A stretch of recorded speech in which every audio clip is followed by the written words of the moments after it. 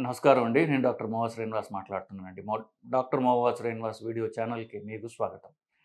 దైనందిన జీవితంలో మనకి ఎదురయ్యేటటువంటి చాలా ప్రాబ్లమ్స్‌కి సొల్యూషన్స్ భాగంగా నేను వీడియోలు చేస్తూ ఉన్నాను.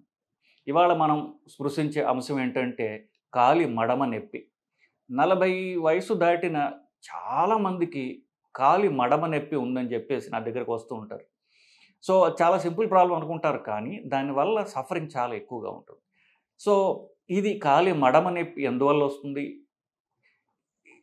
అలాంటి దానికి కారణాలేమిటి? ట్రీట్మెంట్ ఏమిటి? అనేటటువంటిది మనం పరిశీలిద్దాం. కొన్ని వయసు రీత్యా వచ్చేటటువంటి ప్రాబ్లమ్స్ ఉంటాయి. 40 దాటిన తర్వాత కన్ను చూపు కాస్త మందగించడం, చదవడం కష్టం కావడం. సో, చెత్తవారం అంటాం. దూరంగా పెట్టుకొని చదవడం. భుజం నొప్పి రావడం. సో, భుజం ఇలా పైకి ఎత్తడానికి నొప్పి వల్ల భుజం ఎత్తలేకపోవడం. దాన్ని ఫ్రోజన్ షోల్డర్ అంటారు.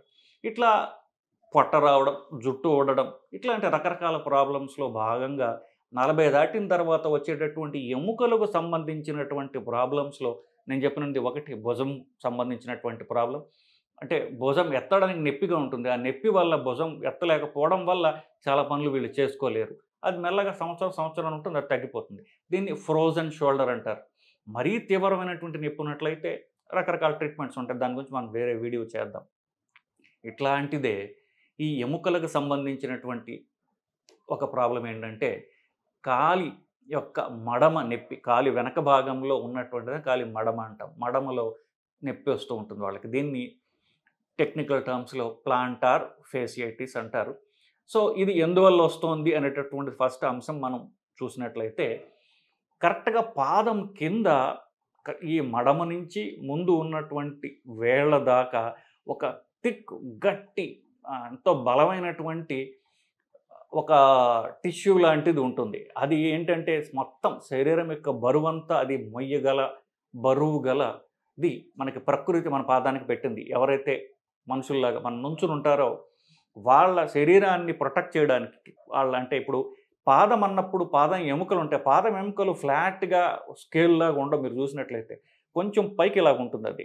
ఉండి కిందకి వేళ్ళ దగ్గర, మడమ దగ్గర కింద ఉంటుంది. వేళ్ళ దగ్గర కింద ఉంటుంది, మడమ దగ్గర కింద ఉంటుంది. మధ్యలో భాగంలో కొంచెం పైకుంటుంది. అంటే ఏంటి? ఇది కిందకి శరీరం బరువు వల్ల ఇది ఫ్లాట్ అవ్వట్లా. ఎందువల్ల అవ్వట్లా? దాన్ని ఇట్లాగ పట్టి ఉంచేటటువంటి ఒక గట్టి బలమైనటువంటి ఒక మెంబ్రేన్ ఉంటుంది. అది పాదం కింద ఇట్లా ఉంటుందన్నమాట. పాదం కింద మెంబ్రేన్ ఉంటుంది. దాని మీద పాదం ఉంటుంది. పాదం పైన శరీరం అంతా ఉంటుంది. దాన్ని ప్లాంటార్ ఫేషియా అంటారు. అది నేను చెప్పినట్టుగా చాలా చిన్న పాపాయిలకి ఉన్నాయనుకోండి, పాపాయిలకి చిన్న చిన్న పుట్టారు. వాళ్ళకి కాలు మెత్తగా ఉంటుంది. ఫ్యాట్ ఎక్కువ ఉంటుంది. వాళ్ళు పెరగ్గా సంవత్సరం వచ్చి మెల్లగా నుంచోవటం మొదలైనప్పుడు ఆ ఫ్యాట్ తగ్గిపోతుంది. అప్పుడు ఈ ప్లాంటార్ ఫేషియా అనేది గట్టిపడడం మొదలవుతుంది. సో, నడిచే కొద్దీ దాని బలం పెరుగుతుంది. 40, 45 వచ్చేసరికి ఏమవుతుందంటే దాంట్లో కొంచెం బీటలు వారుతుంది. సో, దాంతో లాగే ప్రెషర్ ఎక్కువ ఉంటుంది. ఇప్పుడు ఒక ధనుస్సులాగా ఒక బాణం ఉందనుకోండి, దాన్ని లాగామనుకోండి, దాని బలమంతా ఎక్కడ పడుతుంది? ఈ ముందు ఉన్నట్టు కర్వేచర్ మీద పడుతుంది. అట్లాగే అది ఆ బరువంతా లాగటం వల్ల మడమ మీద ఎక్కువ ప్రెషర్ పడుతుంది. కాబట్టి మడమ నొప్పిలాగా వాళ్ళకి తెలుస్తుందది. ఈ మడమ నొప్పి ఎప్పుడొస్తుంది ఎక్కువ? పొద్దున్నే లేచి కాళ్ళు కింద బెట్టి నుంచోనే ప్రయత్నం చేసి మొదటి 2, 3 అడుగుల్లో తీవ్రమైనటువంటి మడమ నొప్పి వాళ్ళకి చూస్తారు వాళ్ళు. సో, ఇది పోను కాస్త తగ్గుతుంది గానీ, ఎక్కువసేపు నుంచుని ఏమన్నా బరువు ఎత్తాలన్నా, ఆ టైమ్స్‌లో ఈ నొప్పి పెరగడం వాళ్ళు చూస్తూ ఉంటారు. సో, ఇది తీవ్రమైనటువంటి డిస్రప్ట్ అవుతుంది. చేసే పనులు ప్రతీదీ మడమ నొప్పి రావడం వల్ల వాళ్ళు కొంచెం చిరాకుగా వాళ్ళ పనులన్నిటికి బ్లాక్ చేస్తూ చికాకు పడుతూ ఉంటుంది ఇది. కామన్‌గా ఎప్పుడు వస్తుంది? చెప్పులేమన్నా మార్చారనుకోండి, అప్పుడు మొదలవుతుంది ఇది. ఆ తర్వాత ఇక తగ్గదు. సో, మీరు ఎన్ని సార్లు చేసినా అది అంటే దాంతో అలా మొదలవుతుంది. కానీ నేను చెప్పినట్టుగా 45 నుండి 65 వయసు మధ్యలో వాళ్ళకి వచ్చేటటువంటి వయసుకు సంబంధించినటువంటి ఒక రకమైనటువంటి ప్రాబ్లమ్. సో, అది కొంచెం బీటలు వారి దాంట్లో ఇన్‌ఫ్లమేషన్ అంటారు. అంటే కొంచెం వాపొచ్చి ఎర్రబడి అది మొదలవుతుంది. దాంతో మెల్లగా కొంతకాలం ఉంటుంది. స్పాంటేనియస్ తగ్గొచ్చు. అది తనకు తానుగా తగ్గిపోవచ్చు. కొంతమందిలో తీవ్రమైనటువంటి నొప్పి వల్ల వాళ్ళ దైనందిన జీవితానికి తను చేసుకునే పనులకి చాలా ఇబ్బంది పెట్టొచ్చది. సో, అది ఎందువల్ల వస్తుంది అని చెప్పాను. సో, ఇది ఎస్పెషల్లీ వేళ్ళు ఇట్లా పైకి ఎప్పుడైతే మనం చేయాల్సొచ్చిందో, కాలు బటన్ వేళ్ళు ఏవైతే ఉన్నాయో వాటిని ఇట్లా ఎప్పుడైతే చేయాల్సొచ్చిందో, అప్పుడు ఈ నొప్పి పెరుగుతుంది. ఎందుకు దాన్ని ఇలా ఇంకా స్ట్రెచ్ చేస్తున్నాం కాబట్టి మడమ నొప్పి పెరుగుతుంది. ఈ కనుక మీరు వేళ్ళు అన్నీ చూడండి, మడమ నొప్పి పెరుగుతుంటే గనక ఇది డెఫినెట్‌గా ప్లాంటార్ ఫేసియాటిస్ అనేదే లెక్క. దీన్ని ఆఫ్‌కోర్స్ ఎముకల డాక్టర్లు దీన్ని ట్రీట్ చేస్తారు. రోగ లక్షణాలు, చిన్న చిట్కాలు మీకు నేను చెప్తాను ఏం చేయొచ్చని చెప్పేసి. ముఖ్యంగా అది బరువు ఎప్పుడొస్తుంది? 40-65లో ఎందుకొస్తుందంటే 40 వయస్సు 45-65 లోపల జీవితంలో అన్ని వయస్సులకి సంబంధించిన చూసినప్పటికీ కూడా అత్యధిక బరువు ఈ వయసులో వాళ్ళకి వస్తుంటుంది. సో, బాగా లావెక్కిపోయి పెద్ద పొట్ట, ఈ బరువు వల్ల కాలు ఆ బరువు భరించలేకపోతుంది. సో, బరువు తగ్గాల్సిన అవసరం ఎంతైనా ఉన్నది అని తెలుసుకోవాలి.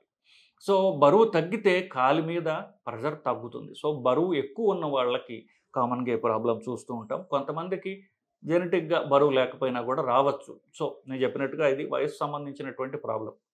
సో, దీనికి ఇంట్లో చేసుకునే చిట్కా వైద్యాలు, చిన్న చిన్న ఎక్సర్‌సైజెస్ అవి మీకు యూట్యూబ్‌లో చూడండి చాలా ఉంటాయి. సో, ఏమి లేవు. పాదం కింద మెల్లగా దాన్ని మసాజ్ చేసుకోవటం, మెల్లగా దాన్ని నొక్కటం, దాన్ని కొంచెం స్ట్రెచ్ చేయడం.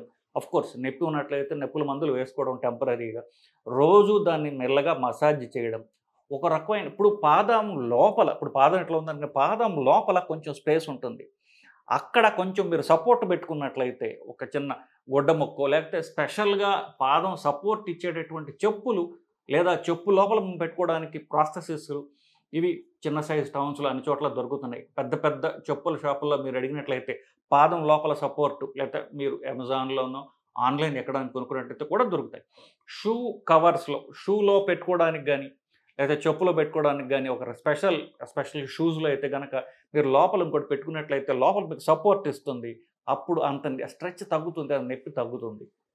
లేదా చిన్న కర్చీఫ్ ముక్కో, గుడ్డ ముక్కో మీరు లోపల పెట్టుకున్నా సరే, పాదం యొక్క లోపల భాగంలో పెట్టినట్టే కాస్త సపోర్ట్ వస్తుంది మీకు. బెస్ట్ ఏంటంటే మెత్తనైనటువంటి ఫుట్ సపోర్ట్స్ మీకు అన్ని చోట్ల దొరుకుతున్నాయి ఇప్పుడు. అది పగలపూట. రాత్రి పడుకునే ముందు కాళ్ళని ఎందుకంటే పొద్దున్న కదా ఎక్కువ నొప్పొచ్చేది. కాళ్ళని చక్కగా మసాజ్ చేసుకోవడం అనేది ఎంతైనా మంచిది. సో, పూర్వకాలం చూసారా ఒట్టి కాలుకే మసాజ్‌లు చేసేది ఉంటుంది. సో, కాలి మసాజ్ ఎంతో ఉపయోగపడుతుంది. అలాగే పొద్దున్నగా తీవ్రమైన నొప్పొస్తుంది కాబట్టి అది కాలు కాస్త రిలాక్స్ అవుతుంది రాత్రి నిద్రపోతున్నప్పుడు. అలా కాకుండా కాలుని ఇలా నిటారుగా పెట్టి ఉంచడానికి కంటిన్యూస్ స్ట్రెచ్‌గా ఉంచడానికి ఒక రకమైనటువంటి ఆర్థోపెడిక్ పరికరాలు స్ప్లింట్స్ అంట పరికరాలు వచ్చాయి. అది రాత్రి వేసి పడుకున్నట్లయితే ఏ కాలుకి నొప్పి ఉంటే ఆ కాలుకి, 2 కాళ్ళకి ఉంటే 2 కాళ్ళకి రాత్రంతా కాలుని ఇట్లా ఎత్తిపెట్టి ఉంచుతుంది. పొద్దున్నకి తీవ్రమైనటువంటి నొప్పి మీకు ఉండదు. తర్వాత ఏ ఏ ఉద్యోగాల్లో ఉద్యోగానికి భాగంగా ఎక్కువసేపు నుంచోనే అవసరం ఉంటుందో వాళ్ళు కాస్త మధ్యలో ఒక గంటకు ఒకసారి ఒక 5 నిమిషాలు కూర్చోవడం అట్లా ఏమైనా చేసినట్లయితే ఇది తీవ్రంగా నొప్పి ప్రెసిపిటేట్ కాకుండా మిమ్మల్ని మీరు కాపాడుకోగలరు. పోలీసులు, ట్రాఫిక్ పోలీసులు, ఎక్కువసేపు నుంచిన టీచర్సు, డాక్టర్సు, ఎక్కువ టీచర్స్‌కి, డాక్టర్స్‌కి కూడా డాక్టర్స్ అంటే సర్జికల్ ప్రొసీజర్ చేయడానికి ఎక్కువసేపు నుంచునే సర్జికల్ ప్రొసీజర్స్ ఉన్నవాళ్ళు, టీచర్సు, పోలీసు వాళ్ళు, ఇట్లాంటి ఉద్యోగాల్లో ఉన్నవాళ్ళు ఎక్కువసేపు నుంచునే అవసరం ఉన్నప్పుడు గంటకి ఒకసారి కనీసం 5 నిమిషాలు కూర్చున్నట్లయితే మిమ్మల్ని మీరు ఈ నొప్పి, ఈ స్ట్రెచ్ నుంచి కాపాడుకోగలరు. ఫైనల్‌గా ఆ బరువు తగ్గితే కాలు మీద ప్రెషర్ తగ్గుతుంది. సో, బరువు తగ్గడానికి రకరకాల వీడియోలు నేను చేసినటువంటివి ఉన్నాయి ముందు. అవన్నీ కూడా మీరు చూసి చేసుకోవచ్చు.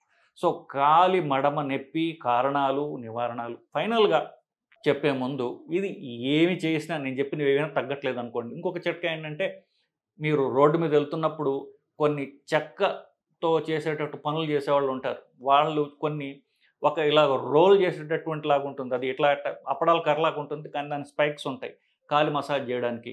అట్లాంటిది కొనుక్కొని దాని మీద పాదం పెట్టుకొని రాత్రి ఎట్లా రోల్ చేసుకోవడం ఒక చిట్కా కావచ్చు. ఇవి ఏవి పనిచేయలేదు అనుకోండి, చివరిగా ఆర్థోపెడిక్ డాక్టర్ దగ్గరికి వెళ్తే వాళ్ళకి ఇంజెక్షన్ ఇస్తారు.